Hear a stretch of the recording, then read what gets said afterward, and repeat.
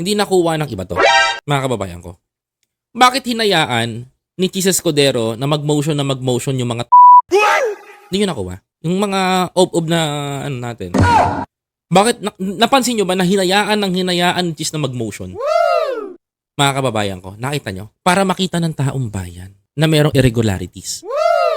Second, bakit hinayaan ni Chis Escudero na magkaroon ng mga patawag at pakinggan ni NSP? Yung sila Risa Hontiveros, sila Win Gatchalian, sila Nancy Binay, sila Coco Pimentel na paboran ng paboran yung kanilang gustong mangyari. Habang yung kabilang kampo nagmo-motion lang. Nakita nyo? Hindi. Kasi hindi napakita, mga kababayan, ng media. Yan ang naging problema. Ang naipakita kasi ng media mostly sa tao, yung motion ng mga senador. Doon na focus. Pero yung mga summons, yung mga nagawa ni Risa, yung mga nagawa ng mga 5 senators na bumalangkas dito, mga kababayan ko, sa sinasabi ni ang nangyari mga kababayan ko, mas pumabor sa atin. Mga kababayan ko, mas pumabor sa atin na pro-impeachment, mga kababayan ko, versus sa anti.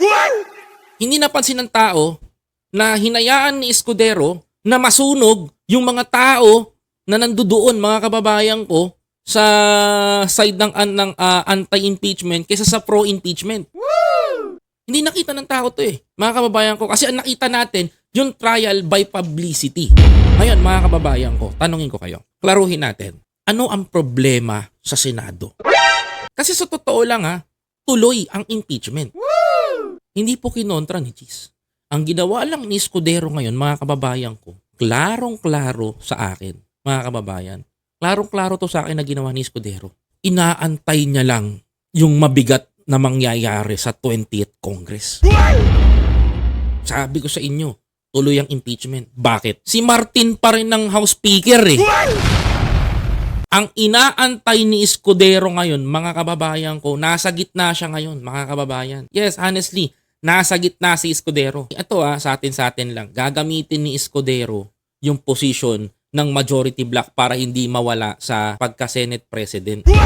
Pero tandaan ninyo, ang tunay na babakbak dito, mga kababayan ko, Congress.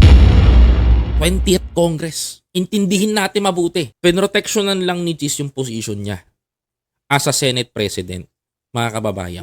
Kasi once na tinransmit ng 20th Congress yung binalik na sulat sa kanila, matik, mga kababayan ko, tuloy ang impeachment ni Buday.